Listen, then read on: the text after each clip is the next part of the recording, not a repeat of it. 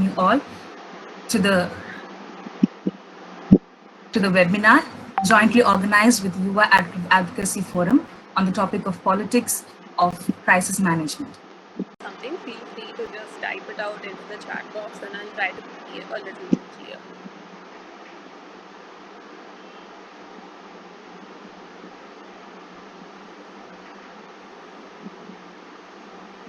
Okay. So while we wait for the PPT, let me just start off by saying that I think 2020, more than any other year, as far as we have been alive for our generation, has been a year of crises. Right from actually maybe mid 2019 till now, we've seen more crises than the world has ever seen before. Um, so there were the Australian wildfires, and I think on the 5th of August there was a bomb blast in Beirut. So right from those from last year to this year, you've had a lot of circumstances where the government has had to intervene and actually carry out crisis management on extremely large scales. So before I start talking about the politics of crisis management, I think it's important to describe a crisis by itself in terms of a system. So I'm just going to check with my team on the status of the PPT, and hopefully we can start soon.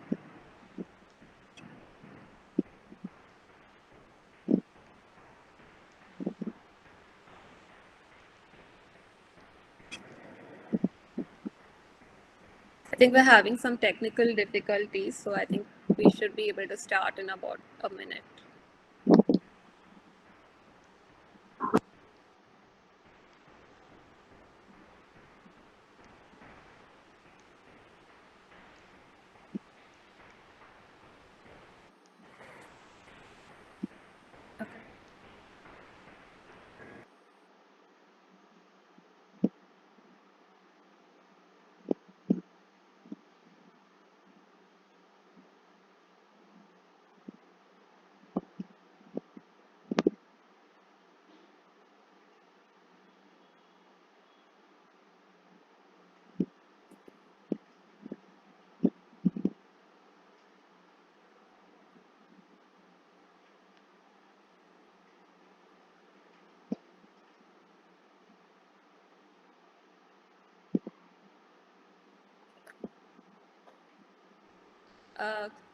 Can you guys hear me now?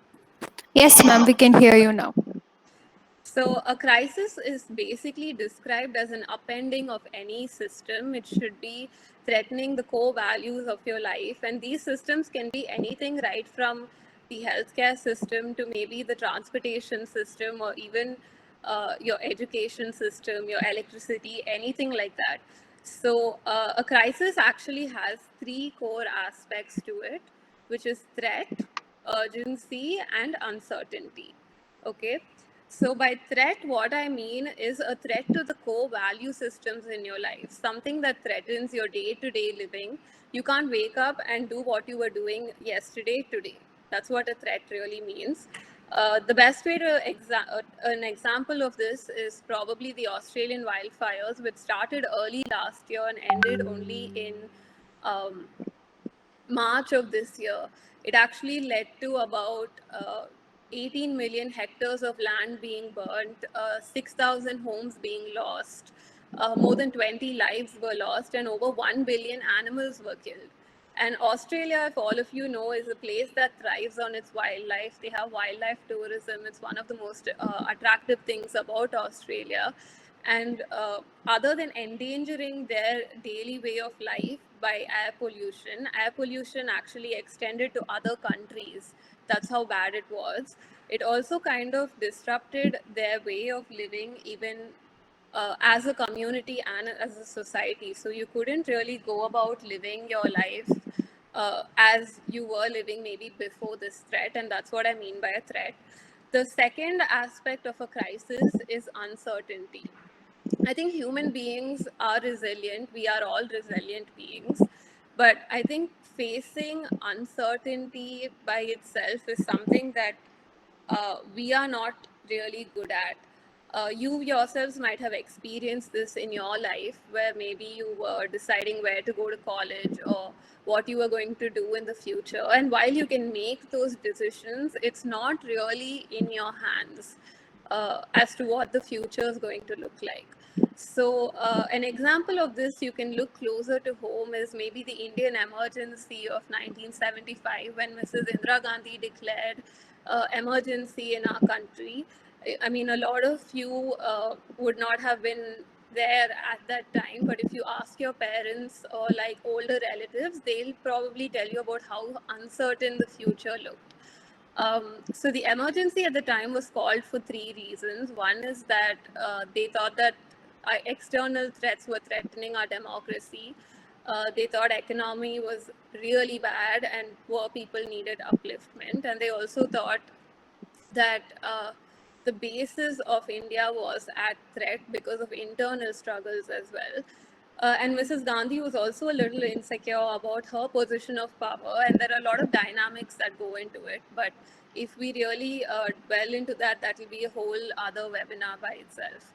So, what happens in an emergency is that all your fundamental rights get taken away from you.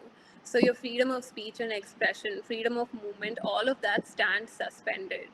So that also includes the press. And like all of you know, we have four pillars to a democracy, which is your executive, legislature, judiciary, and the free press.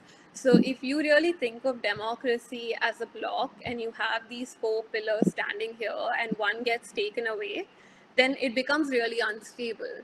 So the future was very uncertain for a really long period of time. So that's what I mean by uncertainty. And the third factor is urgency. So, urgency basically depends on how quickly you would want to solve a crisis because you're close to the crisis. It depends on the proximity. An example of this is obviously the climate crisis that the whole world is facing. For years and years and years, scientists have been telling us that global warming is happening, that the ice caps are melting and the world is in danger, and it's very unsustainable the way we're living right now. But we didn't really take that seriously because it's not like you or me are actually there and we're watching the ice caps melt, or we are facing the effects of climate change.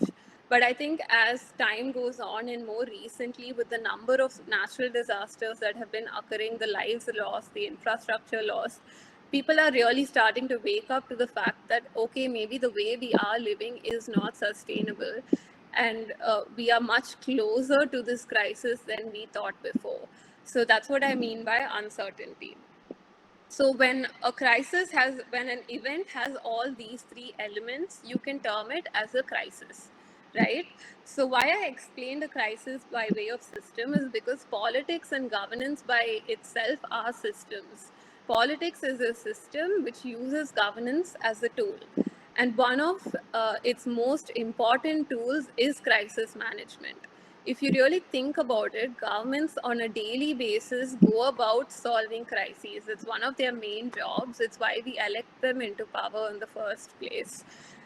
So, I mean, if it's not just a political crisis that they might have to deal with, but it's a whole range of issues that we'll talk about.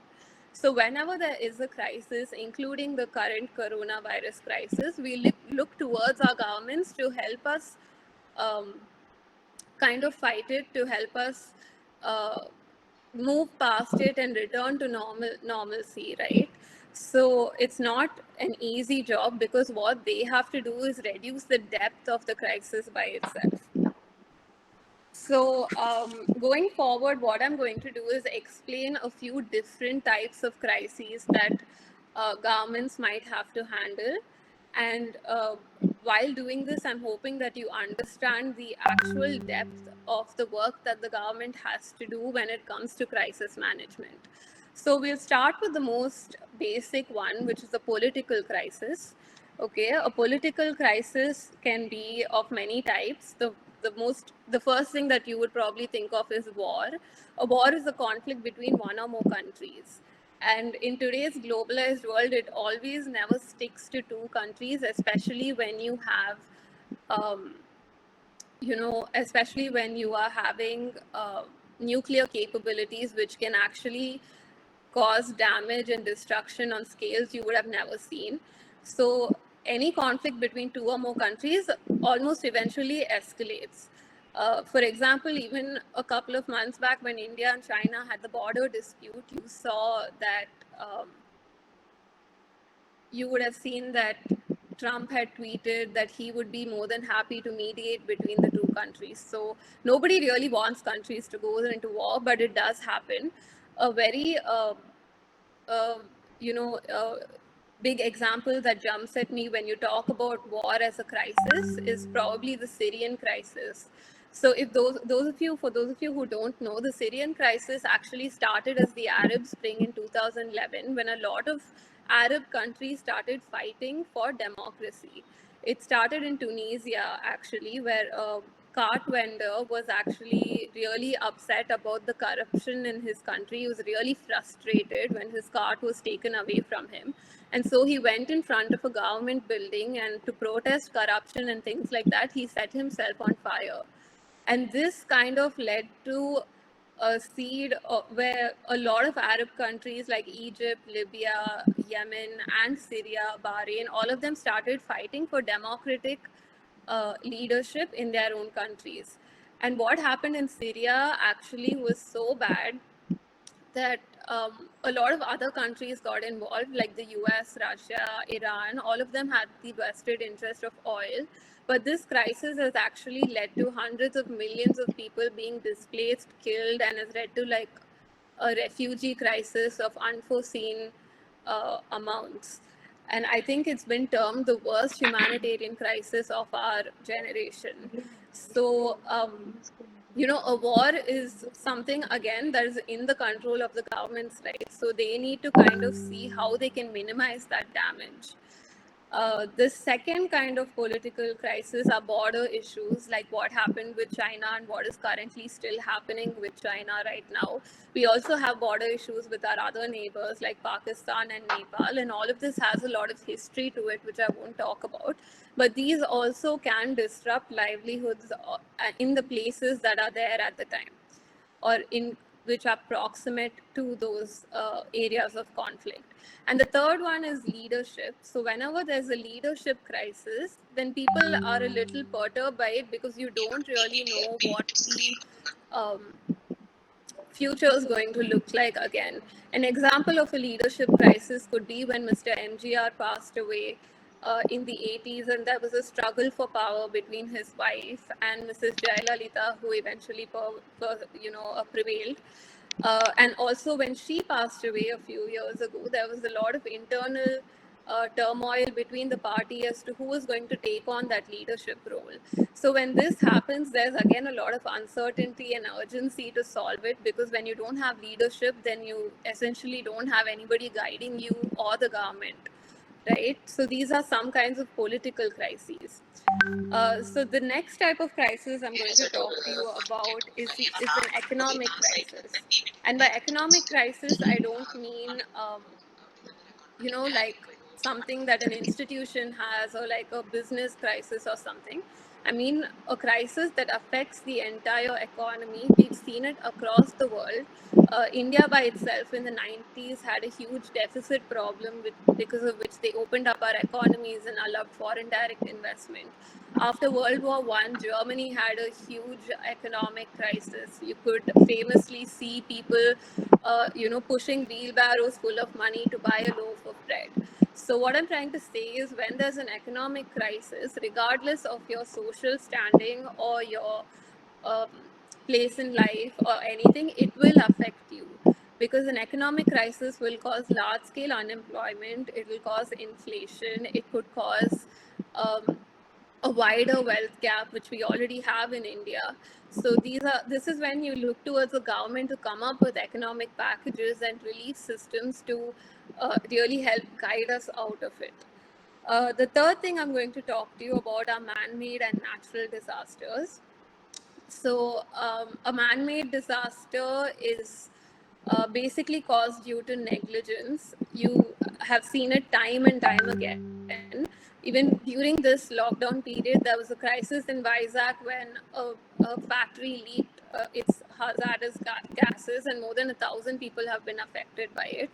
And those people are in the process of being brought to justice due to negligence. And why I say this can be political is when you look at the Bhopal gas tragedy, which has been termed as the worst industrial accident in the world, and thousands of people were killed. The company that was responsible for it wasn't really tried or wasn't really brought to justice till today, because when you look closely, you would see that a lot of Indian banks had a lot of stake in that company. So in that way, although the first people to jump to provide relief and rehabilitation will be the government, then the government's job also includes bringing to justice the people who were negligent and did cause loss of life, right? So in that way, it can be very political in nature as well.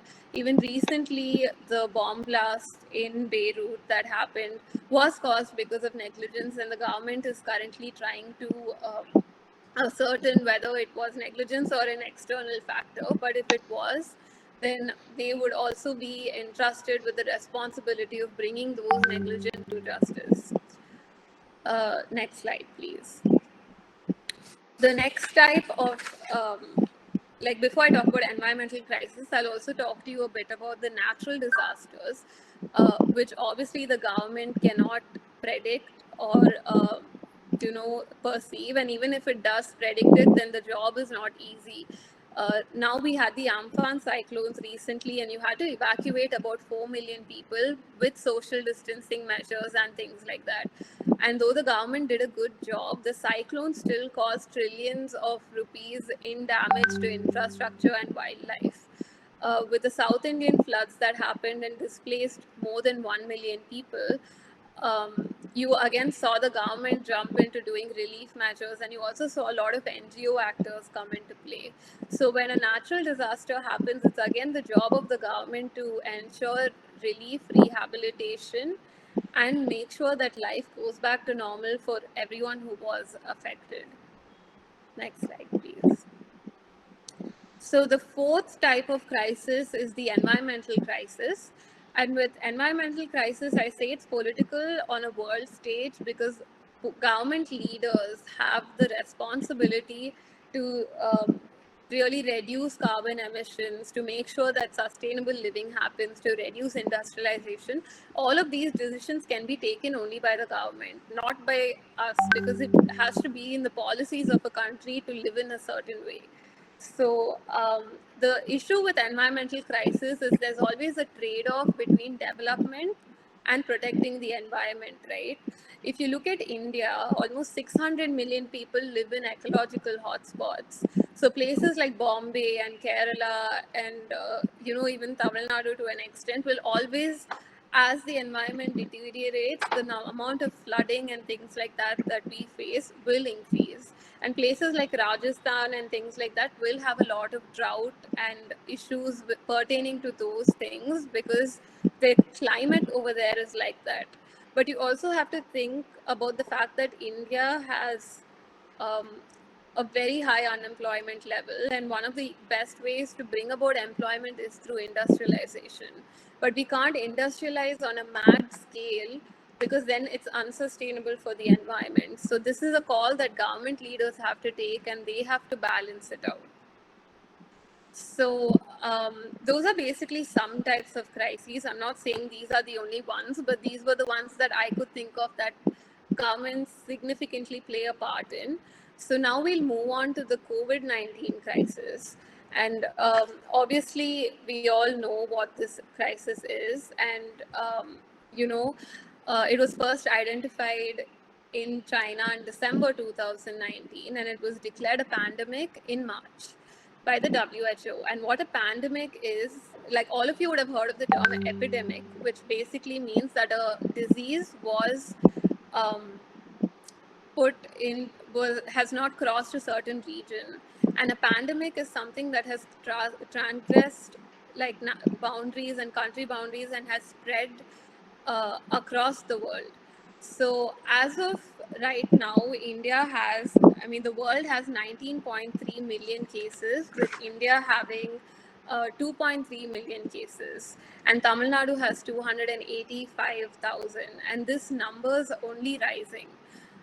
So we are currently the third most affected country in the world, and we've all been in lockdown, not just in India but across the world in varying degrees. So this is a crisis that has affected our daily way of life. It's a crisis that we're all racing to solve, and it's also a crisis where we don't really know what the future is going to look like, and we don't really know when life is going to uh, return to normalcy. So essentially, you can't call the coronavirus crisis just a health crisis. It's an economic crisis, a political crisis, a humanitarian crisis, and a social crisis, all wrapped into one. Which is why I think it's very complicated issue for governments to really maneuver and try to solve, which we are doing.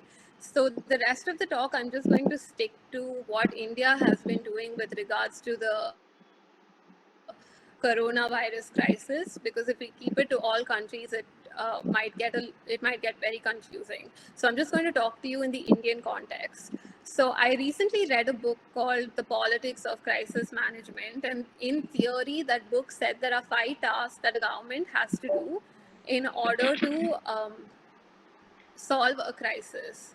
So I'm just going to take you through these tasks and see what India has done really to tackle the COVID-19 crisis.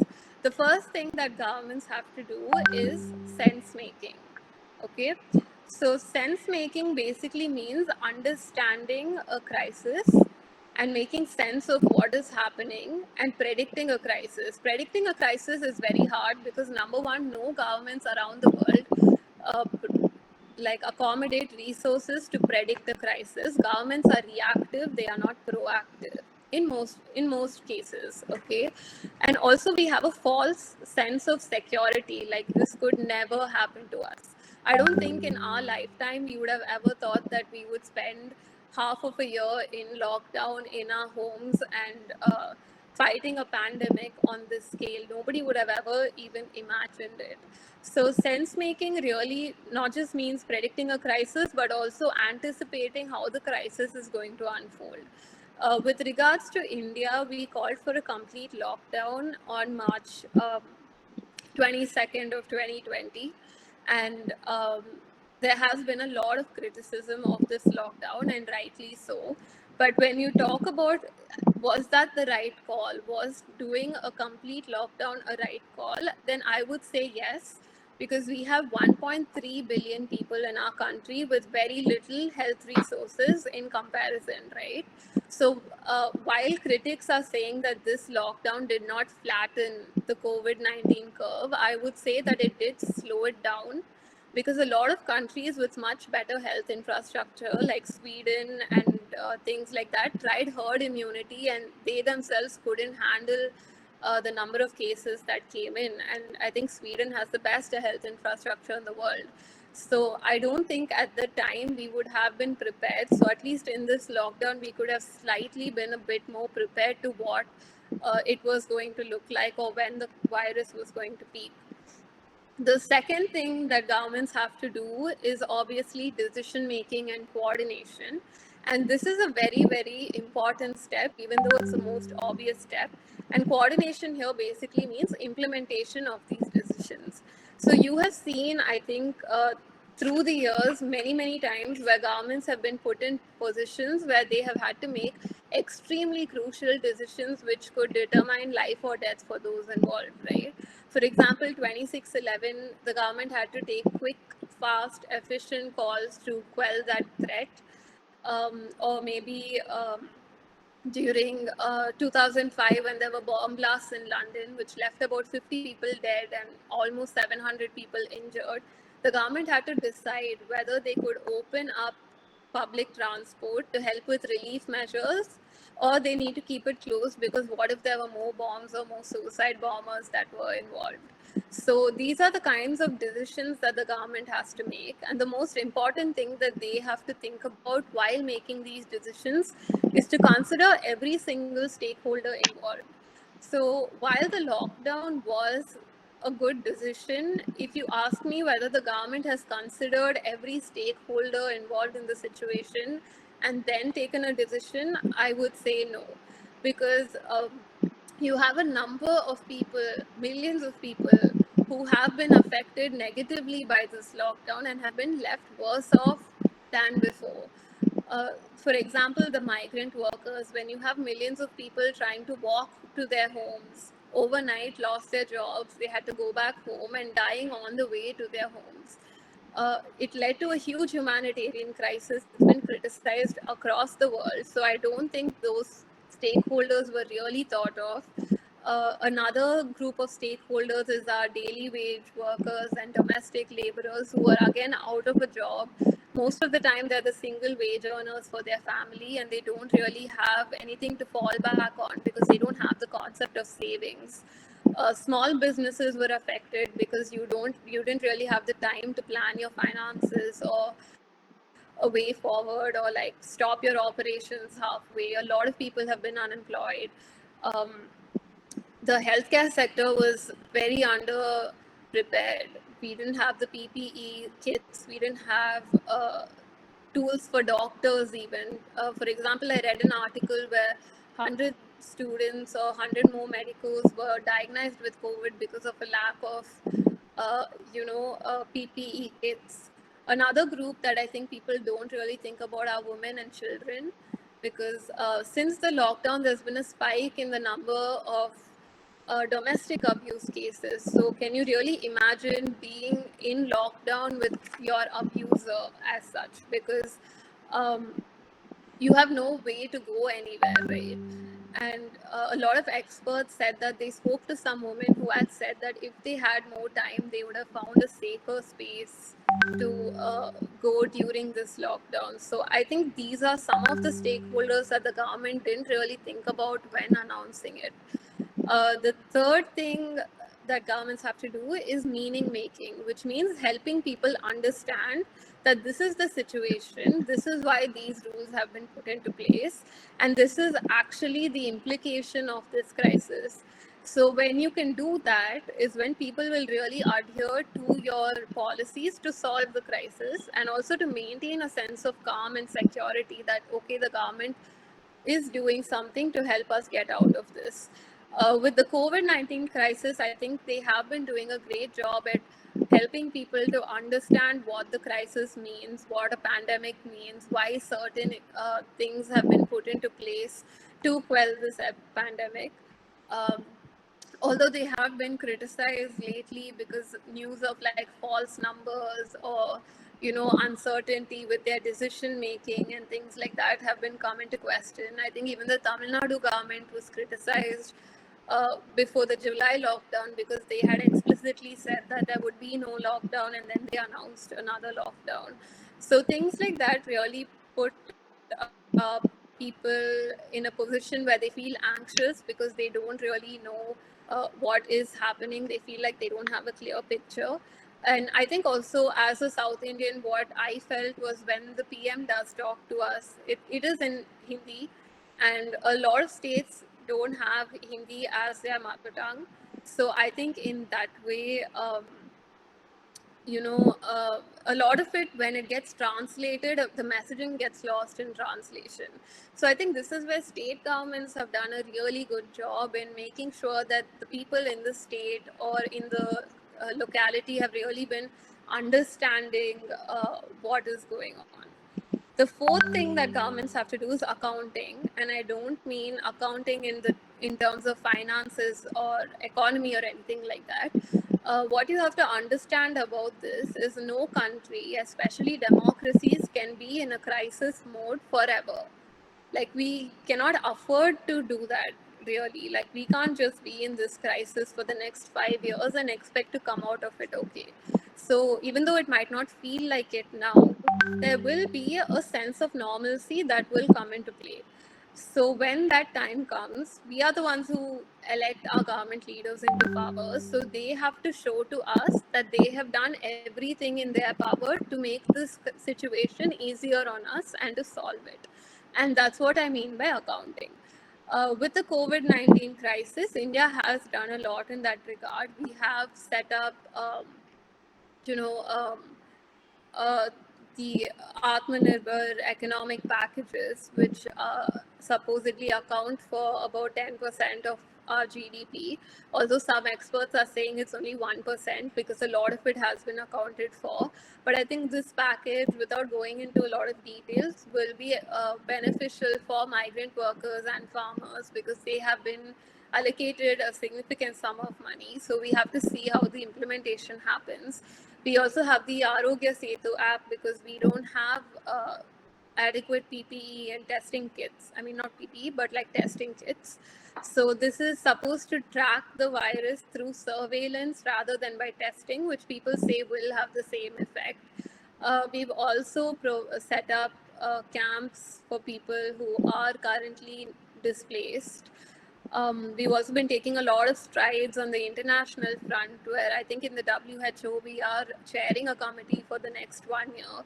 So all of these things the government has proposed and planned, and we'll have to wait for the end of the crisis to really see how they account to us for it.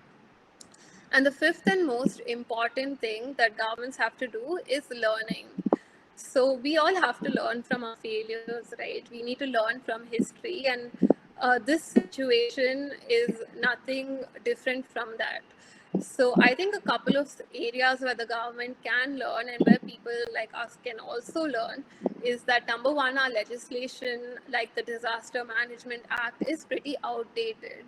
So those things can be a little more up to date, so it can be more efficient if this ever, God forbid, happens again. We also concentrate on decentralization a little more.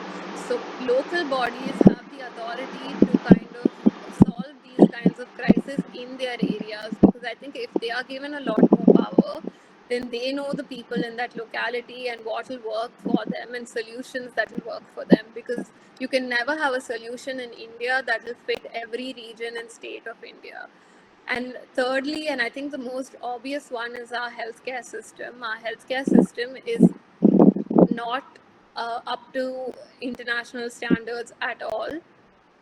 We have maybe 0.55 beds per 1,000 people, and we have 1.3 billion people. So we don't have the adequate infrastructure at all. And you also have to realize that most people cannot afford private healthcare. So we have our right to life in Article 21, which also says that we have a right to a dignified life. And if you want to live a dignified life, you need to have adequate healthcare and quality healthcare given to every citizen, despite their social standing or how much they're able to afford or what their place in life really is. And I think the onus of that falls on the government. So I think this is an area that the government will definitely work on trying to improve in the future, and I think they should. So I hope that going through these 5 things shows you that maybe crisis management for the government to do can be very daunting, and our current situation might seem really bad, but it's not something that that will go above your heads. It's something that you can very easily read about and try to understand, and it's very doable because like I said, we've had so many crises through history that we've all emerged much stronger out of, and this is just another one of those kinds of crises. So to conclude, I would just like to say that, India as a country has the youngest youth demographic in the world. We have 60% of the population that's under the age of 35, which is essentially all of you, right? So the future of this country is in your hands, and you need to kind of embrace that, accept that, and work towards being more involved, even if it's just in your own communities. Especially during a historic time like this, you need to take initiative. You need to make sure that people in your community understand the severity of what's happening, and build communities yourselves because you are the future, like I said. And you also have to realize that you live in a democracy, and democratic governments can never take decisions without ascertaining the human cost of those decisions, which maybe other countries can, because you have the right to question your government, right? So you have to use that power because not every country in the world has that. And if you are wanting to do that, you should be able to ask the right questions. And you can only ask the right questions if you understand what's happening around you, correct? So you should have a sense of um, responsibility to at least keep yourself informed about what is happening in the country, because if you look at your own life, you see that politics really evades every sphere of your life, right from the time you wake up to go and you go to sleep. Between that time, in a lot of different aspects, you'll see politics coming into play, like your transportation systems, your education, and things like that. And this pandemic has only proven the same thing. So if you would like to start being involved from today, start educating yourself and your communities, you can always reach out to me or my team through our organization Yuva, because that's what we specialize in. We specialize in political education and empowerment. And I truly believe that at any age you never stop learning and you never stop educating yourself. So if you need any help in that direction, you can always reach out to us on our social media. You can see it in the next slide, and I'll also ask my team to put it in the chat box so you can reach out to us that way.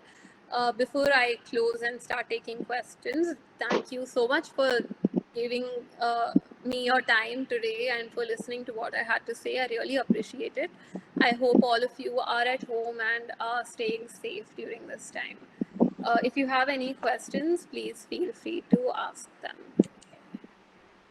Or if a moderator could read them out from the chat box, I'd be happy to answer those that I can. Thank you, ma'am, for sharing your expertise and knowledge with us. Thank you for giving us a clear understanding about the aspects and types of crisis. And I'm sure we've also understood how the government is dealing with the COVID-19 crisis. Thank you. Let's move into the Q&A session. If you have any questions, please do drop it in the chat box. Ma'am, the first question to you: how can we benefit from the administrative sciences to manage the corona pandemic crisis? Can you repeat it, please? How can we benefit from the administrative sciences to manage the corona pandemic crisis? Okay, so if you look at government by itself, like I said before, it's a system. And how does the government function? It's through its policies, right? As citizens, we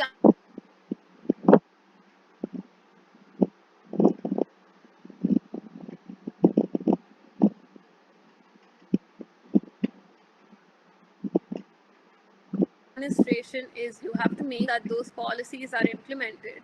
I think as a student of administration or public administration, you have an upper hand in understanding the new policies that the government will throw at us.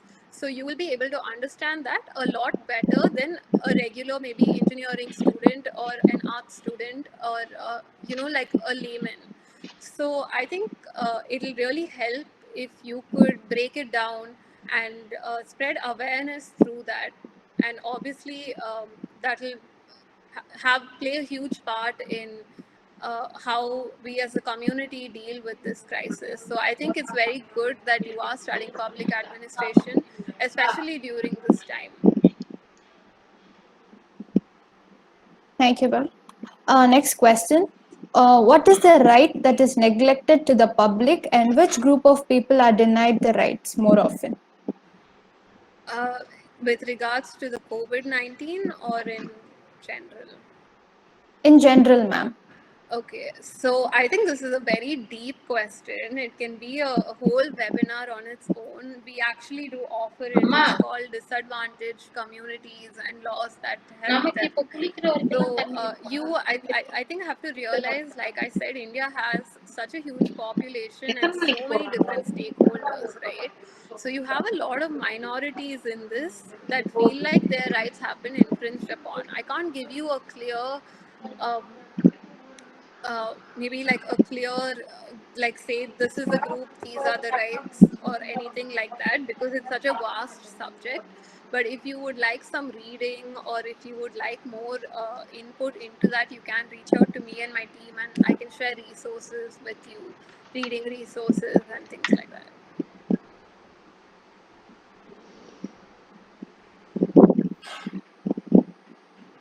And there's another question. Can you explain about the efficiency of crisis management and role of media in crisis management? Okay. So I think in my speech I had mentioned that the media is the fourth pillar of our democracy, correct? So when you have a strong, independent, and unbiased media, then you will have a lot more efficiency when it comes to crisis management, because the media, in essence, keeps the government accountable.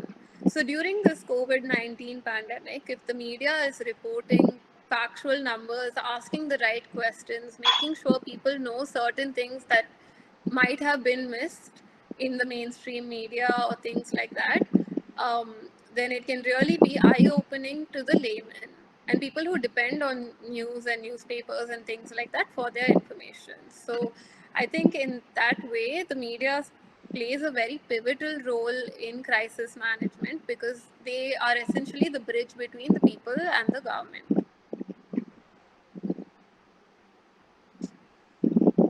Thank you, ma'am. I think we've come to the end of the session. Thank you for answering our questions. Instruction to the participants, feedback link is posted in the chat box. Please do fill the form to get your certificates. Before we close, I now request Dr. Prince Annadurai, Associate Professor, Department of Social Work, AIDED, Madras Christian College, to give the vote of thanks. Hello everyone, good morning. This COVID-19 situation has produced many crises. One such crisis is that, whether you like it or not, you need to be the part of many webinars. Either you need to organize, or you need to participate either as a student, or whatever may be your responsibilities or positions. But some of the webinars are noteworthy, very meaningful. So today we had one such very informative webinar by the young and dynamic professionals like Aishwarya Kalpati. So on behalf of the Department of Social Work, Madras Christian College, we would like to place our sincere appreciation on record to the Yuva Active Advocacy Forum, Aishwarya Kalpati, for your wonderful and very lucid presentation encompassing several areas of the crisis. And also, I would like to place on record the coordinator of this program, Mr. Irudaya Raja, was a former student of Madras Christian College, for his young and dynamic leadership in organizing such very significant webinars focusing the youth. I would like to appreciate Preeti Kennedy, the first MSW student who organized this program from your end, and also the moderator of this session, Esther Jessica, for work moderating this entire program. So, if you see the presentation, the several areas of the crisis have been addressed in a very understandable and as well as in a very enthusiastic way, which can influence and enthuse the participants, mainly the young people, those who participated in this program. To sum up, even how the political crisis will affect the country. So even in this COVID-19 situation, on one hand, the government is doing a yeoman services to combat the COVID-19 situation, some sort of monetary support and many other medicinal support facilities, medical support to the patients and as well as the people that are working in the front line. The other hand, even without discussing many things in the parliament, in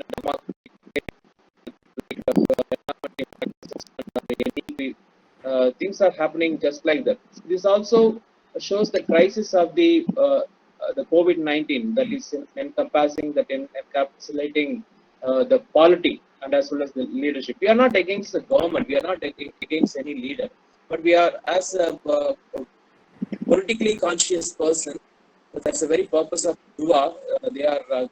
They are kindling the political consciousness of the youth, especially.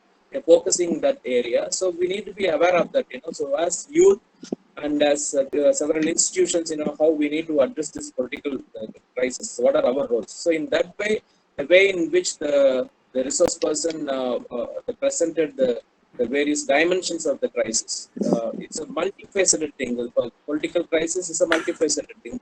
The dimension of the crisis was very useful and very more than saying informative, that really made the participants.